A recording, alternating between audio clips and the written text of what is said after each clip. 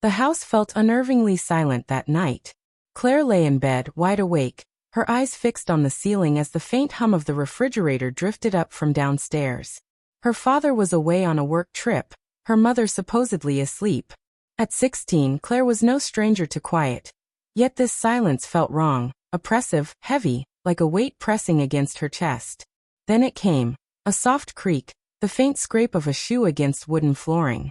Claire bolted upright, her heart racing. The glowing red digits on her nightstand clock read 12:47 a.m.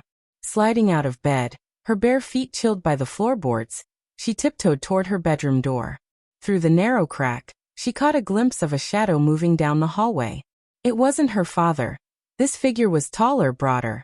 Her mother's voice followed, hushed and uneasy, a kind of whisper Claire had never heard before. Just go. Not tonight, please. Claire's breath snagged in her throat. Someone was in the house. She pressed her eye closer to the opening just as the figure paused near the front door. Her mother stood close to him, one hand resting lightly on his arm. Their nearness carried a familiarity that twisted Claire's stomach. The man leaned in, murmuring something too low to hear, followed by the unmistakable sound of a kiss. Her mother's laugh came after, quiet, secretive, guilty. Something splintered inside Claire. Her vision blurred, her chest burning with a pain she couldn't name. Stumbling back, she clapped a hand over her mouth to smother the gasp rising in her throat. The walls of her once safe home now seemed crooked, treacherous. Sleep never came. She lay shivering beneath her blanket, the image replaying endlessly. Her mother, the warm, loving woman who had always insisted loyalty was everything, touched by another man. Morning brought sunlight slanting through the curtains. The house looked unchanged, ordinary. From the kitchen, her mother hummed as if nothing had happened. But Claire couldn't sit at the table. She lingered in the doorway, studying her mother's face. Was she imagining it? The brightness in her eyes, the strained smile? Did you sleep well? Her mother asked, pouring coffee into her favorite blue mug. Claire only nodded, her stomach in knots. She caught sight of the faint smear of lipstick at the corner of her mother's mouth, poorly wiped away. The betrayal wasn't just in what Claire had seen. It was in the lie, the deliberate cover-up, which cut deeper than any stolen kiss. At school, Claire drifted through her classes like a ghost. Her mind replayed the scene over and over, searching for another explanation. Maybe he was a friend, a relative. But no. The hand on her mother's arm, the secret laugh, the silence after the door had closed, she knew what she had witnessed. By the time she returned home, the certainty inside her had hardened like ice. Her mother was hiding something. Claire would uncover the truth. That night, she stood at her window, staring at the street below. Each pair of headlights that passed sent a jolt through her chest. Was it him again? Would he return when the house was sleeping? The thought lodged deep, sharp as a thorn. Her trust had been fractured. And cracks never stay small. They spread until everything breaks. Claire promised herself she would find out who that man was, no matter what. The following week stretched taut, every sound inside the house pulling tighter on Claire's nerves. She watched her mother differently now. Each phone buzz, each sudden smile, each quick retreat to another room deepened the fracture. Claire told herself she might be overthinking, that perhaps the shadow would never come back. But deep down, she knew he would. It happened on a Saturday afternoon. With her father still away, her mother announced she was running errands. Claire offered to join, but her mother waved her off with a too bright excuse. You should stay and focus on homework. The words rang rehearsed. 10 minutes later, Claire slipped out the door and followed. Her pulse hammered as she trailed her mother from a distance. Down a quiet street of old brick shops and a narrow cafe tucked between them, Claire hid behind a tree, watching as her mother stepped inside. Moments later, he arrived. He was taller than she remembered, broad-shouldered, his dark hair neatly combed, his posture self-assured. A leather jacket clung to him despite the mild weather. And the way his eyes swept the street before entering, it wasn't just caution. It was calculation. Through the cafe window, Claire saw her mother's face brighten the instant he sat across from her. They leaned in close, their conversation private, their laughter slicing through Claire like knives. Then, as though sensing her, the man lifted his head and looked straight toward the window. Their gazes locked. For a fleeting instant, Claire froze. His eyes were unrelenting, sharp, the kind that stripped away every layer of disguise. Darkness lingered in them, smooth on the outside but edged with danger beneath. She ducked behind the tree, her body shaking. He had noticed her. She was sure of it. When she dared to look again, Seth was still staring at the window, lips curled into a faint, knowing smile. Her mother said something that finally drew his focus back, but the image was etched into Claire's memory. Those eyes, heavy with a power she couldn't name. She hurried home before they left the cafe, her steps uneven. Back in her room, she tried to reason with herself. Maybe he was just another man, nothing more. But that look, cold, intent, wouldn't let her go. He hadn't looked at her like a stranger. He'd looked at her like he was sizing up a threat. That evening, her mother came back carrying grocery bags, cheeks flushed, humming as if she'd spent the day alone. Claire sat at the kitchen table, pretending to read. She studied every detail of her mother, the slight tremor in her hands, the perfume that wasn't her usual, the way she kept her eyes down. Finally, Claire spoke, her voice barely above a whisper.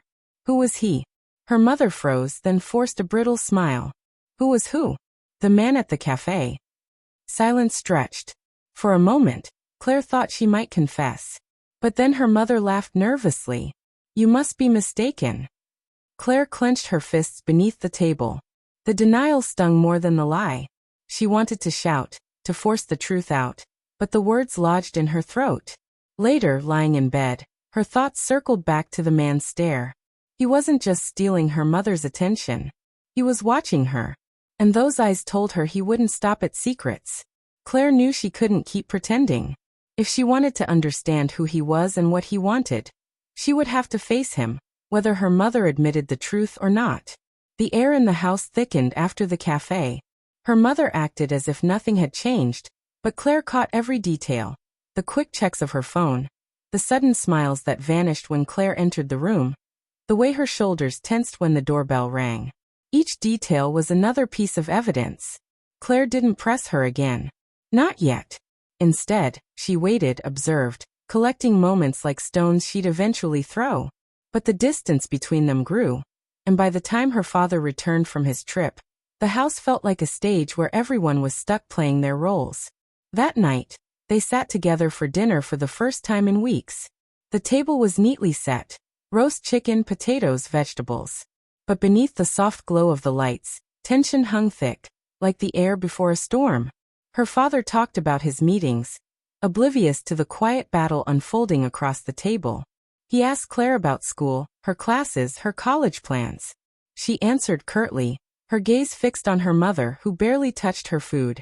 Everything okay? Her father finally asked, looking between them. Of course, her mother said quickly, forcing a smile. Just tired. Claire swallowed hard. The lie burned in her chest, even though she hadn't spoken it. She jabbed her fork into a potato, her hunger gone. She wanted to blurt it out, to tell him what she'd seen, what she knew. But the words wouldn't come. Silence draped over the table like a heavy cloth. Only the scrape of cutlery and the steady tick of the wall clock filled the space.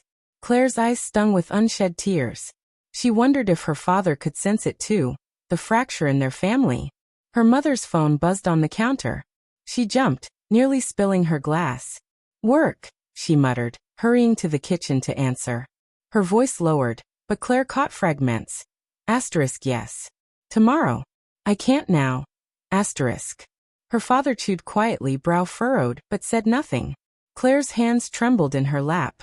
She wanted him to see, to connect the dots, but he remained blind, or unwilling. When her mother returned, her eyes locked on Claire, sharp and warning. Don't you dare. Claire met her stare, unflinching. For a moment, it was only the two of them, locked in silent war. A daughter demanding truth, a mother guarding secrets. Her father cleared his throat, breaking the tension. We should do this more often. Family dinners. Feels like we've been drifting. His words cut deeper than he realized. Claire lowered her eyes, ashamed of her silence, ashamed of her mother's betrayal, ashamed that she couldn't protect him from it. Dinner ended with strained smiles and empty plates. Her father drifted into the living room, switching on the TV, blissfully unaware. Her mother turned to the sink, scrubbing dishes with more force than necessary. Claire remained at the table, her chest tight and heavy. At last, she stood and carried her plate over. Without looking at her, her mother spoke in a level, icy tone. "Whatever you think you saw, Claire, it isn't what you imagine." Claire froze. The words cut deep, though she hadn't uttered a single accusation. Her hands trembled as she set the plate down. "I don't think, Mom," she whispered, barely more than a breath. "I know." Her mother's hand halted mid-scrub. The silence that followed stung sharper than any argument. Claire walked away, her heart racing. She didn't need to see him again to be certain. But she would, because some truths refused to stay buried. Her mother's warning still echoed in her mind. "Whatever you think you saw, it isn't what you believe." Hollow. Desperate. Not meant to reassure her, but to shut her up. And Claire had never been good at keeping quiet. So she made up her mind. The chance came on a Thursday night. Her father worked late, and her mother casually announced she was stopping by a friend's place. Claire's pulse surged. The excuse was too flimsy, too easy to spot. She waited until her mother's car disappeared, then grabbed her jacket and slipped outside, trailing first on foot, then by bus, always a few blocks behind. Her mother eventually parked on the outskirts of town, outside a shabby, dimly lit bar that clashed with her polished facade. Claire ducked behind a line of cars, her heart pounding. The choice was clear: walk away, or face the truth in the open. Her mother walked inside. Minutes later he appeared. Daniel. His dark jacket hugged his broad frame. His stride unhurried yet commanding, as though every space belonged to him. Claire's stomach twisted when she saw how easily he reached for her mother's waist. No hesitation. No attempt at secrecy. His hand claimed her, and she allowed it. From the window, Claire watched them slide into a booth. Drinks arrived, followed by laughter. Her mother tipped her head back in the same way she once did with Claire's father, long ago. The sight made Claire's eyes burn. It was too familiar. Too cruel. And then it happened. The moment carved into Claire's memory forever. Daniel leaned forward, brushed a strand of hair from her mother's face, and pulled her close. Their lips met, slow, deliberate, certain. It wasn't just affection.